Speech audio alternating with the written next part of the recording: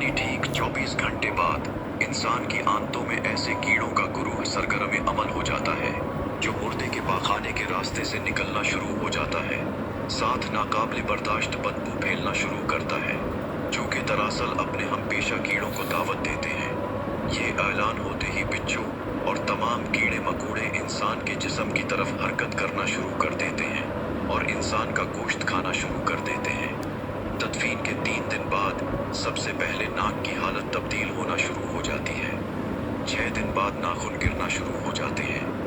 9 दिन के बाद बाल गिरना शुरू हो जाते हैं।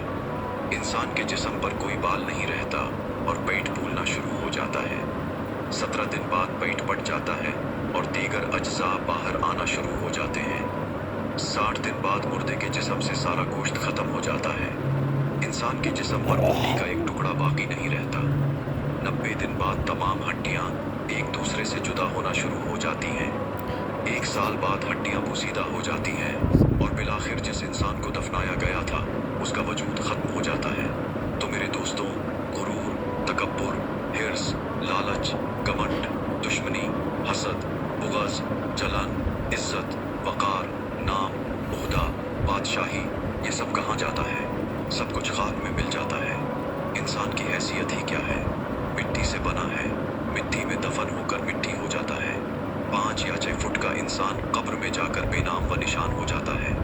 दुनिया में अकड़ कर चलने वाला, अपने आप को ताकतवर समझने वाला, दूसरों को हकीर समझने वाला, दुनिया पर हुकूमत करने वाला, कब्र में आते ही उसकी हैसियत सिर्फ मिट्टी रह जाती है।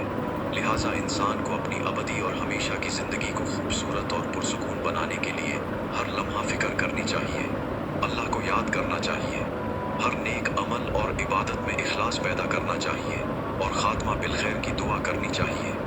अल्लाह ताला मुझे और आप सबको अमल की तौफीक